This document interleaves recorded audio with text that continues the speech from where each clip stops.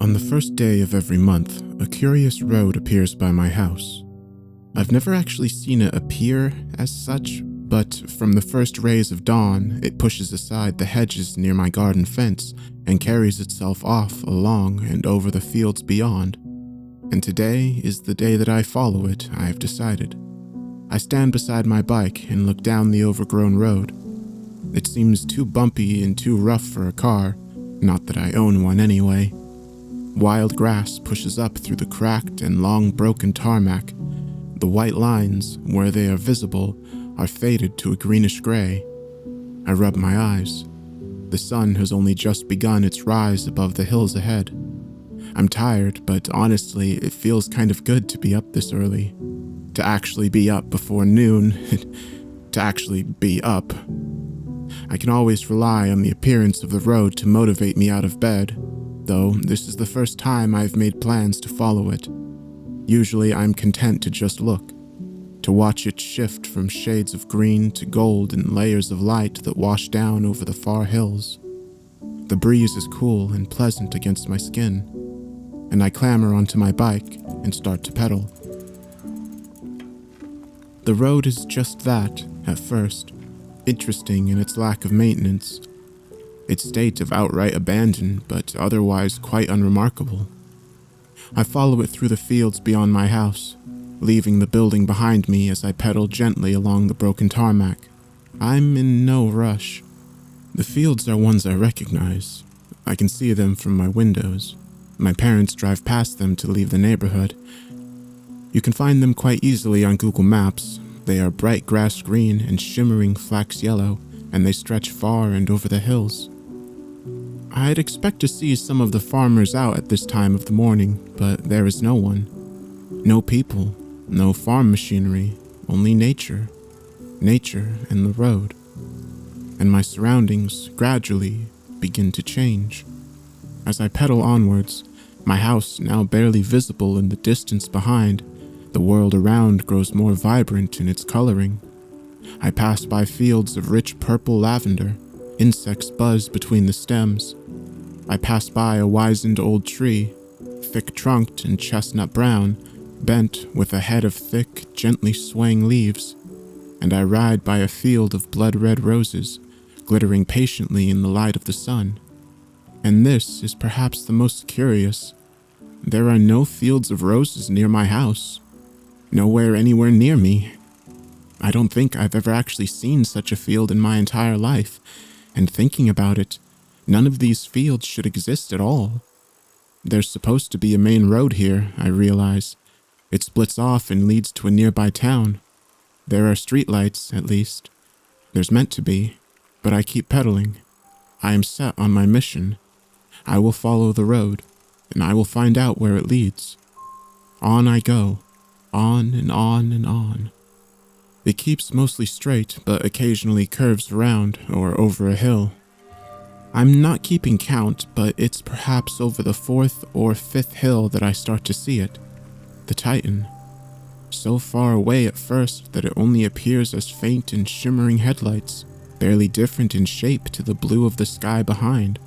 But as I pedal, the sun rises and the wind rises with it, and the Titan becomes clearer. It stands high up above all other things, and its shadow is cast long and dark over the fields. It stands behind the furthest hills on the horizon, about 45 degrees to my left, and I have my head turned to it as I ride onwards. As the Titan becomes sharper and the dread it arises grows stronger, I get a better sense of its composition. A monstrous blight on the landscape, a colossus of rock and steel. I can just about make out a series of chains that wind up and around one of its legs and into the bars and gears of its torso. I watch as they slowly, almost imperceptibly turn. I watch as the chains are dragged up and around and back down their steady path. Half of the Titan's chest is made of mountain stone, bolted and connected to the dark, connecting metal. Chimneys rise up from its shoulders, and pale, cloud-like smoke climbs from them, little by little, up into the air. The Titan's eyes are black, all the darker in the shadow of the sun. Its jaw hangs open. A great low and thunderous metallic groan rolls over the hills towards me with the wind. It takes a long time. I can see the tall stalks of flax in the distance waver. I watch the bright lavender in the field before it bend and turn, a great wave pushing them to the side. The flowers in the field by the road rustle and stir violently, and then the gust hits me. The bike wobbles as my hair is forced into my eyes. I grimace with effort and come to a stop, hopping off the seat and shielding my face as the gust passes, the wind returning eventually to its former level. "I'd keep pedaling if I were you, cyclist," says a high-pitched voice by my ear. I stumble hastily away in alarm, dropping the bike to the ground with a clank, but there is no one there. Only a sparrow, brown and white, flittering in the air beside me. I watch as it flies over to a rotten green wooden fence, settling on one of the posts. I stare at it in disbelief for a moment. Then it opens its beak and speaks again. "The road isn't kind to travelers on foot. Less so to those who have come to a complete stop. You should get back up onto your bike. Don't worry, I can keep up."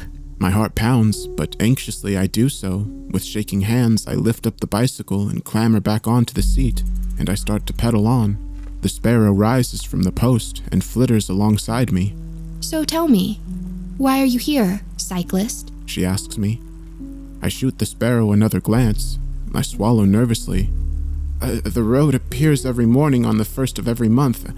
No one ever sees it but me. It's meant for me. It has to be. So I'm following it. I'm following it, and I'm going to see where it leads. I need to find out what's at the end. I nod to the Titan, watchful and dark, a tower on the horizon. Does it lead to him? The road, will it take me to the Titan? The sparrow adjusts her position and flies a little further ahead, looking back at me. "Do you want it too?" I shake my head. Not particularly, no. "Then you're in luck. The road goes nowhere near him. He stands miles from the road, in the middle of the fields. Of his fields. They're all his fields, actually. Everything you see around you, they belong to him. And I should warn you, he cares very little for guests." I grunt. Then why did he show me the entrance to the road? The sparrow chatters and flies across my vision to my left. "He didn't, silly. I did. I thought you could use a break from that bedroom of yours. A prison, really. I hoped you might take an opportunity to admire something other than your four walls." I stare at the sparrow a little more carefully, and she stares back, cocking her head. "Who are you?" I ask quietly, but she does not answer. "Isn't it nice, though?" The sparrow says after a moment of silence. "The fresh air, the rush of life, of vibrant greens, and the smells of the late summer. What's not to like? Well, other than the obvious, of course. But don't tell him I said that." She chitters again, and I shoot a glance at the shadowy Titan, watching from afar. "So why doesn't he like guests?" I ask. "This place is beautiful. It's like a dream or something. Some of the trees, these flowers, I've never seen anything like them in my life." I gesture to one such field. It is full to the brim with tall, white-stemmed, flowering plants, their petals large and flayed, fading from orange at the edge to blue in the center. A tree that looks initially very much like a redwood, though stooped near the top like a willow, stands alone in the center of this field. "You know, I've never asked. I don't think he likes to share. Selfish." The sparrow speaks of the Titan as if they were old friends. Friends after a falling out, perhaps, or good-natured rivals. But I don't get that sense at all when I look at the Titan. The longer I keep my eyes on him, the longer I watch his gears slowly shift, the spokes rolling steadily round, the greater the apprehension grows. A terrible and malicious disquiet that draws the moisture from my mouth and redirects it to the back of my neck, to my palms. I wipe my hands alternatingly on my shirt before turning them to the handlebars and looking away, back down the path of the road. I can still see him out of the corner of my vision, though. He's too massive to miss, watching with those black and soulless eyes. "Anyway," the sparrow says, flying a little higher, "I should be going. Remember what I told you. And one more thing. no matter what your instincts may tell you, I would highly advise you not to leave the road. That does make him rather angry. And then the sparrow flies up and away. Wait, I call after her. What about the road? Where does it lead? What's at the end? But she either cannot hear me or has chosen not to reply. She's too high up, and she veers off and away, up and quickly out of sight. I'm starting to get a little tired by midday. The sun is high, directly above me now, and the breeze is no longer offsetting the heat of the sun to a sufficiently comfortable degree. Little buds of sweat are pinpricked across my skin, and I need a drink. My water bottle, however, is in my backpack, and I need to stop to draw it out. I know what the sparrow said, but I cannot just keep pedaling and pedaling, can I? That's not fair. I need to stop for the occasional rest. I slow the bike, as if testing the waters, and slowly, carefully, bring it to a stop, watching the Titan nervously for signs of life. He does not stir. Cautiously, I step off the bike and pull off my backpack, reaching inside for my water. I take a healthy swig and look around me. It really is beautiful here. It's like someone turned the natural bloom up to 11. The clouds drift leisurely across the sky. The fields shimmer in their patchwork of colors. I reach down to pluck a flower from the grass at the side of the road. It's like a miniature sunflower, its petals silver in place of yellow. But as I draw it out of the ground, the petals disintegrate at once. Then the entire flower along with it.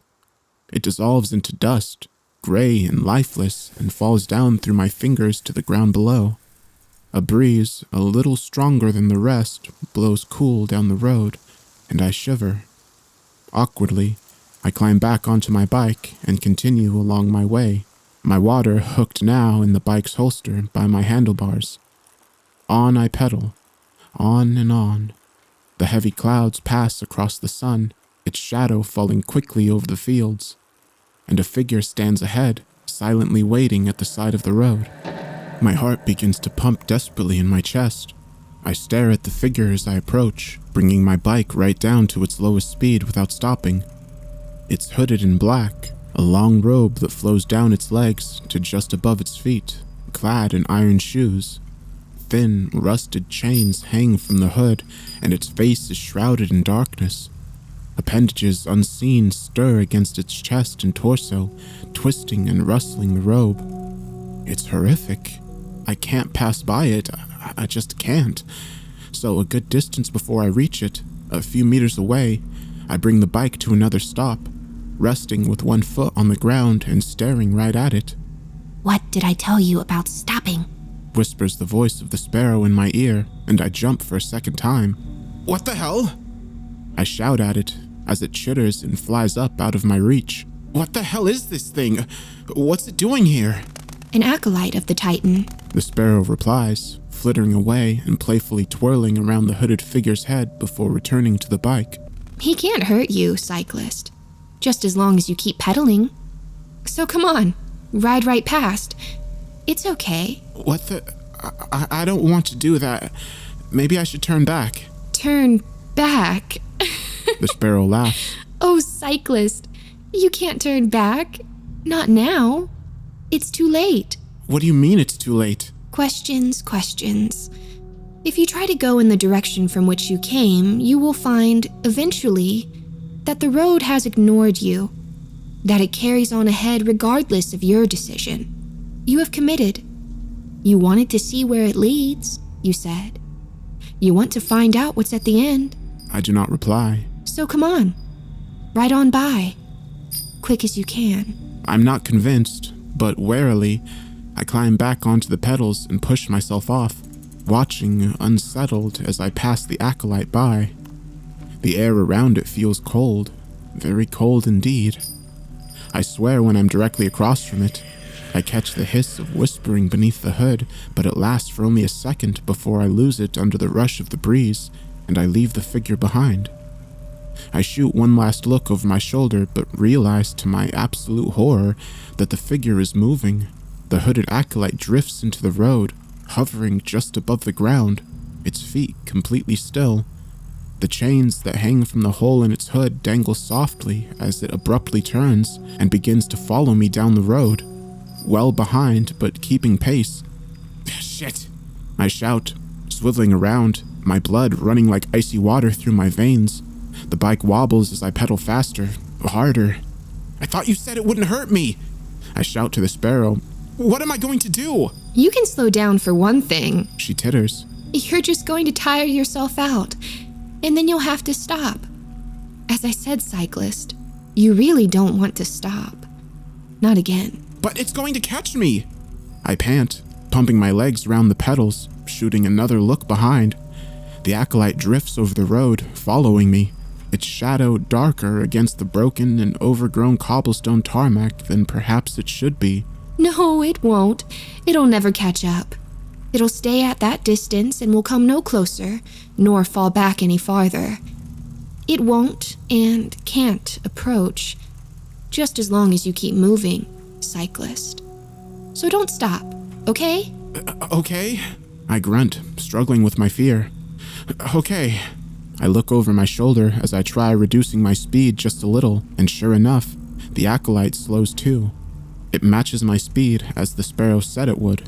Holy hell, I mutter. What does it want? Where did it come from? The sparrow turns to look at me. She cocks her head. We all make mistakes, She says quietly. I was only trying to help. Just stay on your bicycle.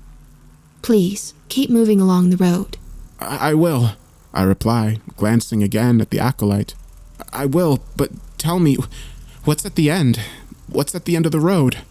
I turn to look at the sparrow, but she is gone. I look wildly from left to right. Wait, come back! Don't leave me with that thing! But she is gone. I shoot another glance back over my shoulder. The acolyte follows, drifting, floating above the road. Whatever it has concealed beneath the robe around its chest, they shift and squirm beneath the dark material. I turn back to the road ahead.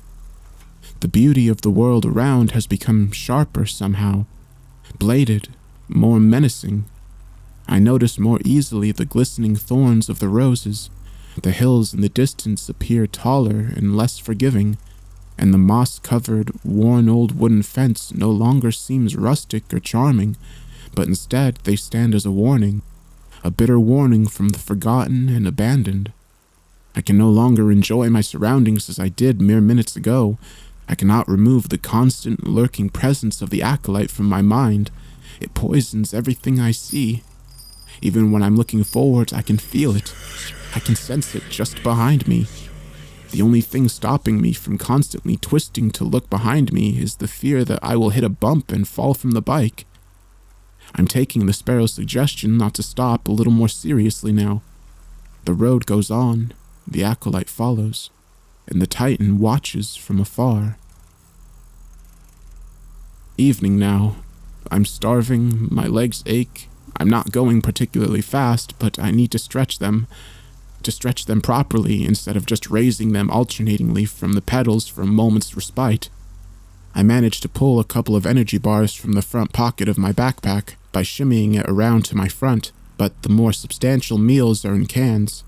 I don't really have a hope of getting those open in my current state, let alone finding a chance to cook them. The sky, like the flowers I saw earlier, fades from blue to orange. Clouds gather towards the horizon. Full clouds. Heavy clouds.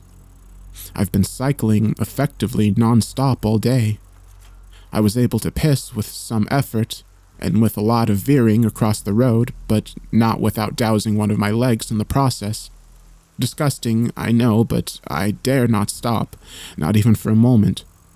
I've traveled for miles upon miles, but the Titan is so far away from my position that it seems like he is barely moving at all. My morbid curiosity has long since given way to a cold yet shimmering fright. I hit a bump in the road and lean forward, gripping tighter to the handlebars, and to my right, a blur of white and brown tells me that the sparrow has returned. This is torture, I mutter to her. What kind of place is this? I just wanted to know what lay at the end. This is what I get, is it? For getting out of bed this morning? The sparrow laughs in her high-pitched, sing-song voice. You can keep struggling if you wish, for as long as you like. along the road, along the road. And you can keep trying to find what lies at the end of it, cyclist. You're more than welcome to. This is your journey. Or, if you've seen enough, just say the word and I'll show you the way home. I'm about to leap at the chance. A large part of me wants this nightmare to end. I look behind me again. The acolyte follows. The titan watches. My legs are starting to burn. But the secrets of this place, the road and the fields, where did they come from? What is the titan's true purpose? And the acolytes, I have no answers. No answers at all. My deliberating silence is, it seems, enough of a response for the sparrow. She titters, sadly. So desperate for knowledge, for the ultimate answers. I've met so many like you, cyclist, she says sadly, her head turning momentarily to look over my shoulder. And then she is off. She soars up and away into the sky. No! I shout after her. Wait, please! I'm done, all right. I'm done. Please take me home. But I am too late. Once again, the sparrow has maddeningly flown away. I swear and slam my head against the handlebars, grunting with effort as I force my legs to push on. The sun sinks low in the sky, a sky that has become covered and clustered completely with shimmering storm clouds, shivering and set to burst. The scene around me is now a curious one. The sky is dark, but because the sun is below these clouds, my way ahead is quite clearly illuminated in the red-gold light of the sunset. I savor it greedily, because I know that it will soon be gone, and I will be left with nothing but darkness. And the darkness falls without mercy. It brings with it great sweeping sheets of rain, and to my utter dismay, more of the hooded figures stood waiting by the side of the road. The air is totally cold now, all around, and as I pass the acolytes by, they fall into step with their comrade, and they follow on, drifting tirelessly over the road. I can hear their whispering clearer now. The dangle of their chains is a rusted and terrible melody. I shoot a look behind. Something comes untucked from the front of one of the acolytes' black robes, just for a moment, but it reveals, potentially, the source of the squirming. What looks like an enormous, spined leg of an insect juts out, cringingly, before retracting back beneath the robe. I suppress a gag, swearing with distress and wiping the rain from my eyes as I squint and steer on, pumping my fiery joints, commanding my legs to keep pedaling, to keep moving, but my progress has become so much slower, and I'm having to carefully go around the growing puddles, since I cannot be certain how deep they are, and I cannot risk coming off the bike. Not now. I can see something up ahead through the rain, something new that I have not encountered before. An old and tall wooden sign with something inscribed deeply upon it. I push my soaked-through hair away from my eyes and peer at the sign as I pass it by to see what it says, but it doesn't say anything at all. There is an arrow that points ahead, and an O, a circle, I guess, and then the sign is gone. I pass it by. I turn to look behind me to see if there's anything written on the other side, but it just shows the same. The arrow and the O. Forget this place, I think to myself. I should never have come here. The night draws deeper. Panic starts to set in.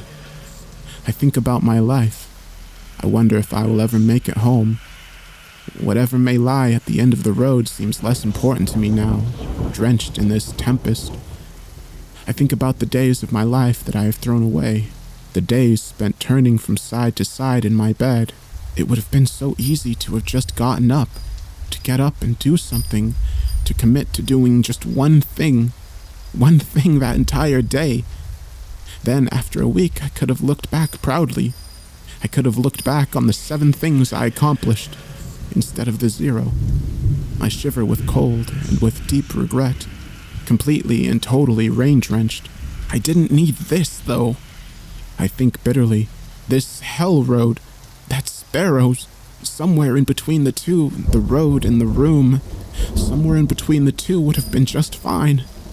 Just fine indeed. I can no longer feel my legs, and my lungs ache with the exertion. Rough and painful calluses form on the reddened skin of my hands, clutched tight to the handlebars. I'm going to fall any moment now. I can feel it. The sparrow has abandoned me, and the acolytes will have me. I look over at the Titan, a dark silhouette through the walls of icy rain, stood alone, all alone, gears turning, smoke rising, but going nowhere. Does he see it? I think to myself. Does he see the beauty that lies all around him every single day through those black eyes of his? I shoot another feared glance over my shoulder. The bike wavers. Or is the Titan too focused on the people like me, the intruders? I didn't mean to trespass. I only wanted to see. I only wanted to see where the road would lead. I release a sob as I force my legs around and around, pushing the pedals down, allowing them to ride back up, and pushing them down again, over and over and over. The bike hits a puddle, deeper than the rest, and it wobbles violently.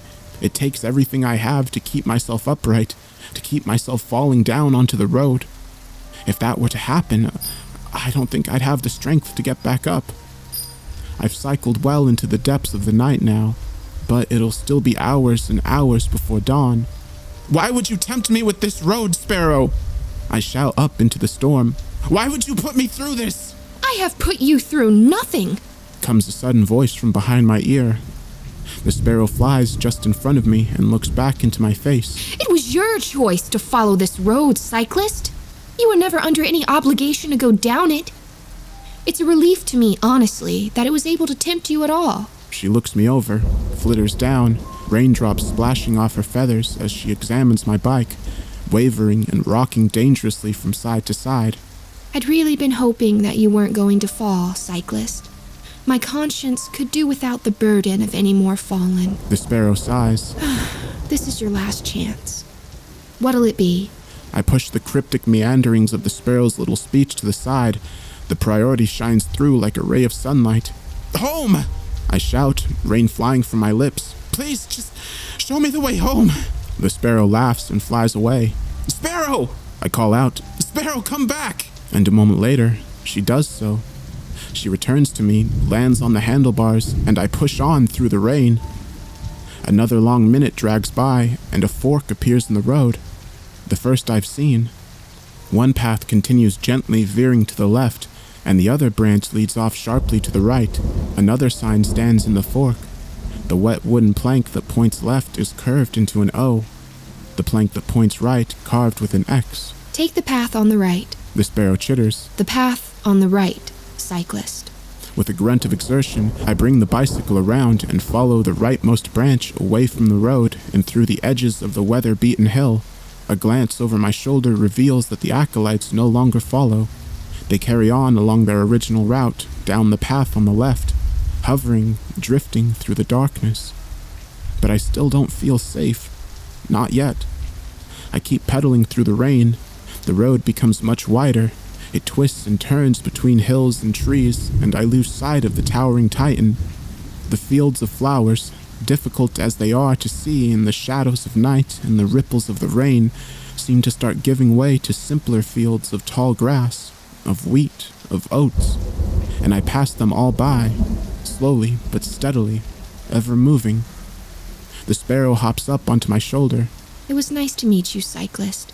She chirps softly into my ear. Don't be disheartened by your time between these fields. Always remember, there are other roads than these. And with that, the sparrow flies up and away. I don't have the energy to form a reply. I just watch her shoot up into the sky, veering off and away into the unknown. And I continue to pedal. The rain has eased off a little by the time I see the lights. Electric lights of the street lamps of my neighborhood, twinkling orange in the distance. I can see houses I recognize, and the road comes to an end.